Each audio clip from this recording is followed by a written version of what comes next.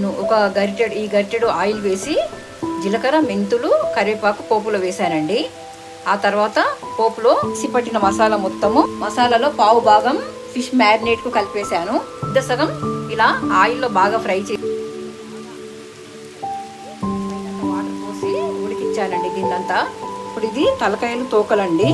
వీటిని మనం మసాలాలో వేసి ఉడికించుకోవాలి. ఈ విధంగా మసాలాలో వేసి ముక్క ఉడికే వరకు ఉడికించుకొని సిమ్ మీద పెట్టి ఉడికించుకొని ఆ తర్వాత దించుకొని సర్వ్ చేసుకోవడమేనండి. ఈ మ్యారినేట్ చేసిన ఫిష్ ముక్కలన్నింటినీ ఒక్కొక్కటి తీసుకొని మనం లైట్గా ఆయిల్ వేస్తూ బ్రౌన్ రంగు వచ్చే వరకు కరకరలాడే వరకు ఫ్రై చేసుకోవాలండి. ఆ తర్వాత ప్లేట్లో సర్వ్ చేసుకొని తినడమే.